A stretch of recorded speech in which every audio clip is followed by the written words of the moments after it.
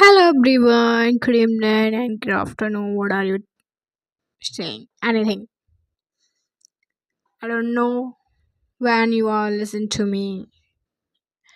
Today we are discuss a small story when a girl lost her balloon.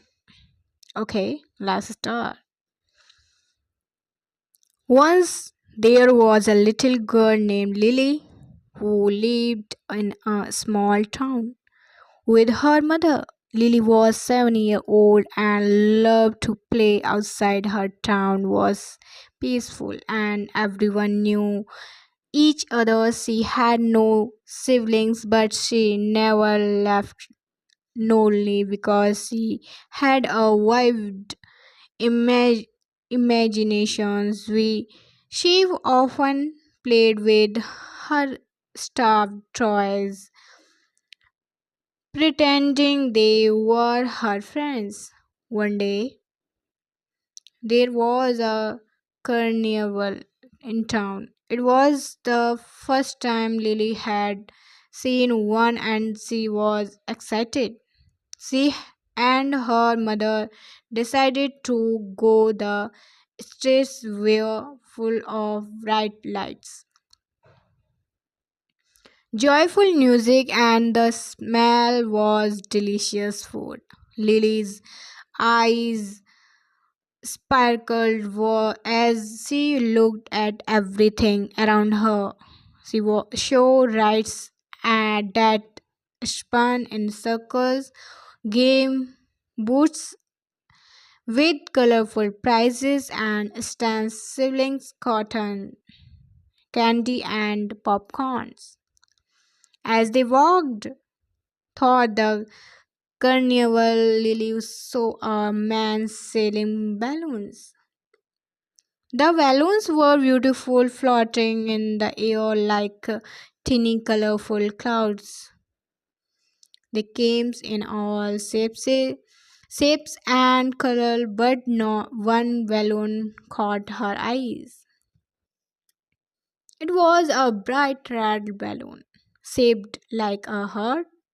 Lily tugged at her mother, slipped and pointed to it. Can I have that balloon, Mama? Lily asked, her voice full of excitement. Her mother smiled and nodded. Of course, my sweetheart. They walked with the balloon sailor and Lily's mother gave them man some money. He handed Lily the heart-shaped balloon tied to a string. Lily held the string tightly and laughed with joy. She couldn't stop looking at her balloon, so proud to have it bounced lightly in the breeze floating just above her head. Lily and her mother spent the rest of the day enjoying the carnival.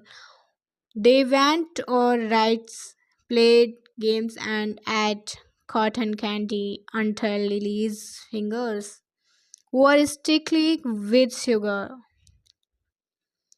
But no matter what they did, Lily never let go of her balloon. She was so happy. As the sun began to set, the sky turned pink and orange. It was time to go home. Lily and her mother began to walk back toward the park, heading toward the small road that led to their house. The carnival noises grew of softer behind them. But then something terrible happened as they walked. A sudden gust of wind blew through the tree. The wind was so strong that it tugged at Lily's balloon.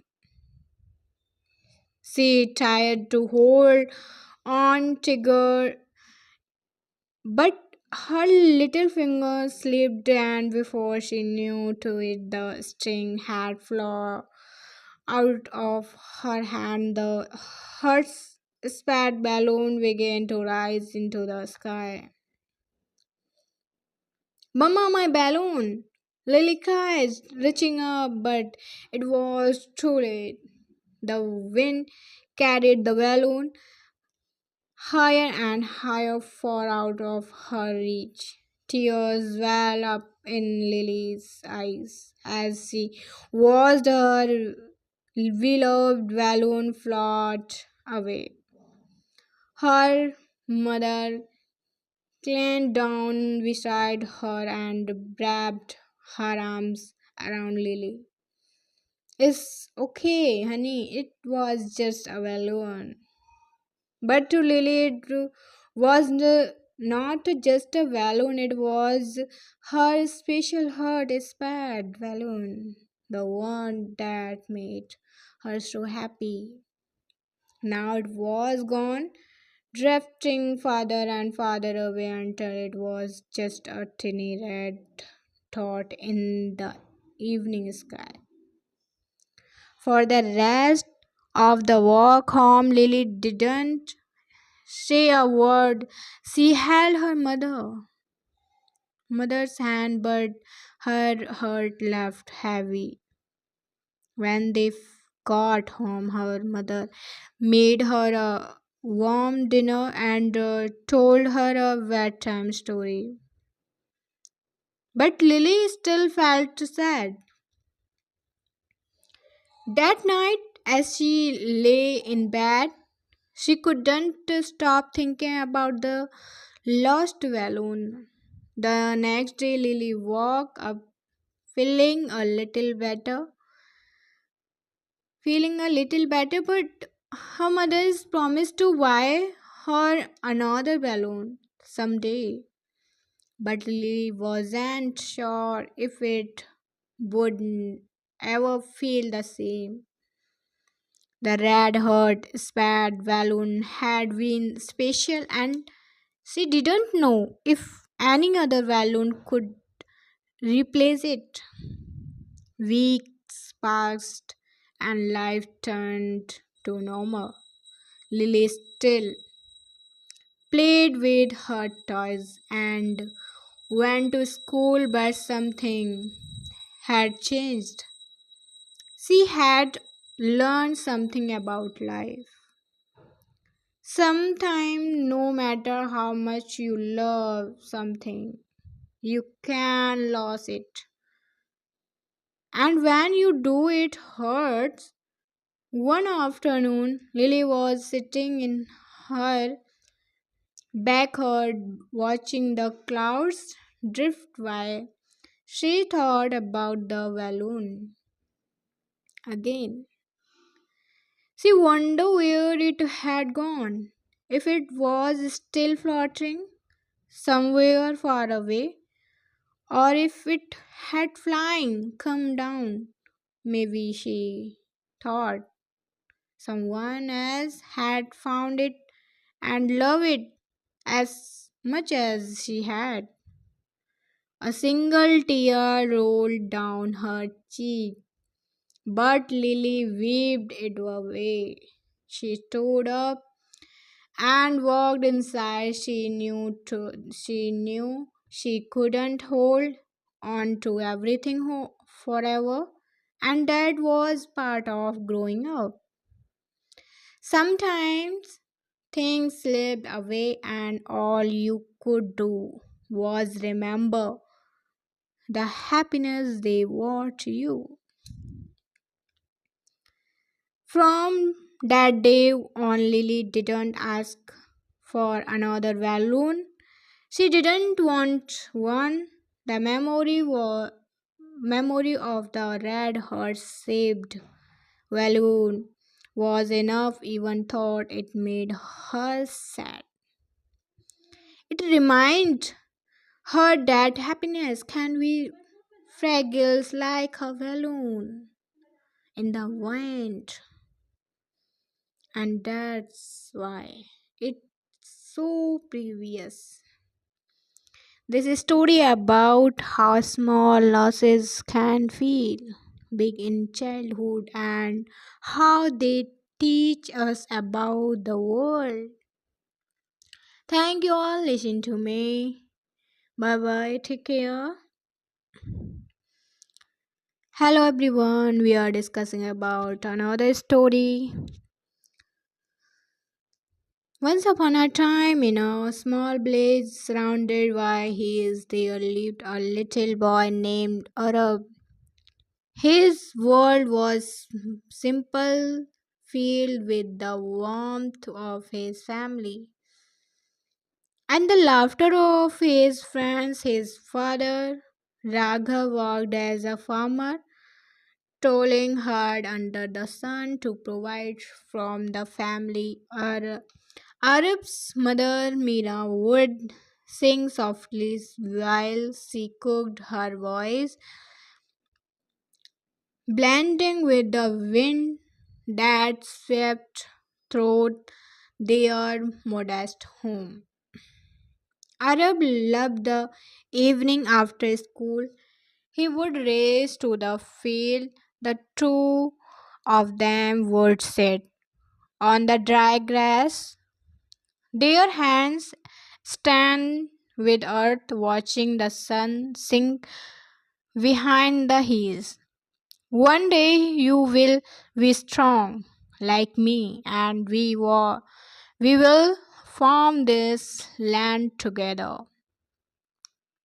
His father would say, patting Arab's head, and but life changed when the rain fell.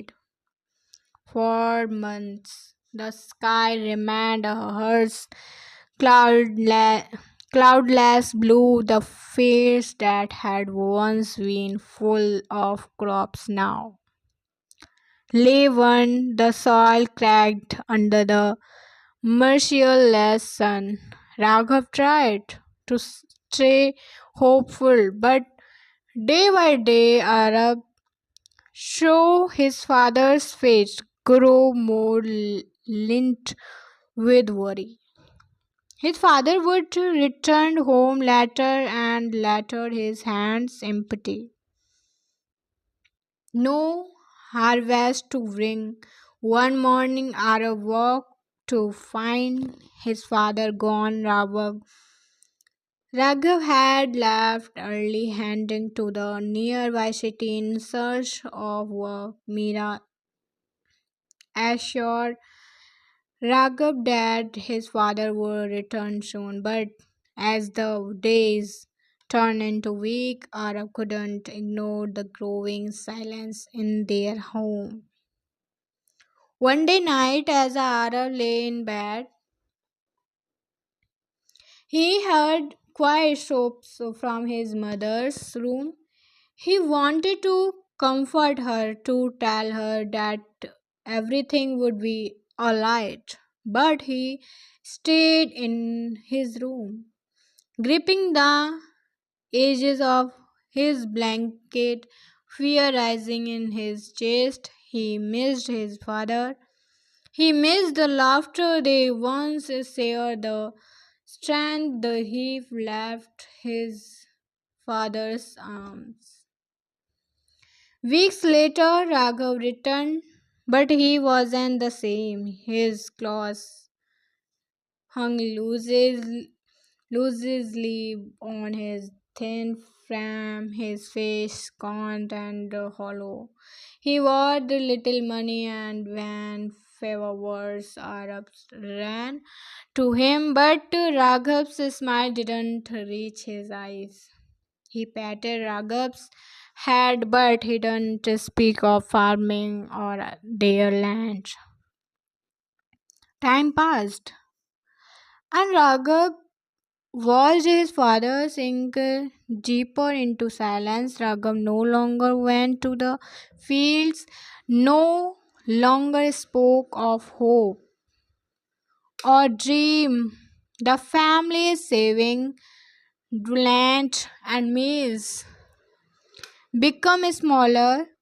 Raghav tried to help while doing odd jobs around the village, but it was never enough. He would sit by the river watching the water flow and wishing for something to change. One cold evening, as the sun dripped low in the sky, Raghav left the house. Without a word, Meera watched him go, her face tied with worry. But he didn't stop him. Raghav followed at a distance, his heart heavy with the unspoken fear he had tried to worry. He watched his father walk to the edge of the village. There the haze began and disappeared into the forest. Raghav waited, standing still, his eyes glued to the path. Minutes passed, then hour. The air grew colder and the stars appeared one by one, but his father didn't return. Panic gripped Raghav. He ran back home, shouting for his mother. Mira's face planned. Once he heard she didn't speak, simply grabbed a lantern and headed toward the hills, her movements quick and discreet. They searched the forest for hours, calling Raghav's name, but the night gave no answer. They down when their voice and had grown horses. They found him. Raghav lay beneath and the old tree, his body still. Raghav's legs gave way and he sank to the ground, his chest heaving as tears flowed freely. Meera clenched beside her husband, her trembling hands brushing his cold face. He didn't cry, but the shore in her eyes seemed to feel the air around them thick and suffocating. Arab left a hole inside him, a deep ache that spread thought his body like poison. The blazer came to help carry Braga back to the house. Their faces Solomon, no one spoke, but their silence was filled with the weight of the tragedy. They worried him on the edge of the village, where the land met the hills he had once loved. Raghav stood by the grave, his hands clenched his sides, his heart a storm of grief and anger. In the day that followed, Mira walked tirelessly to keep their lives together. He planted small crops in the yard and took on swimming work to make ends meet. Raghav no much quieter than before, help as much as he could. The laughter that had once filled their home was gone, replaced by the soft hum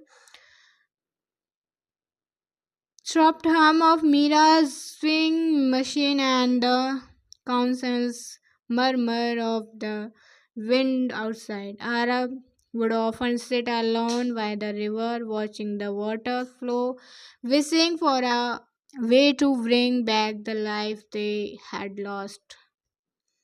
But as the seasons passed, he learned that some things once lost could never return. And the thought, the pain is his heart, remained the stored troll. Remembering his father's words, one day you will be strong like me. He had to be strong, not just for himself, but for the mother who had kept him going through the darkest of time. Thank you all.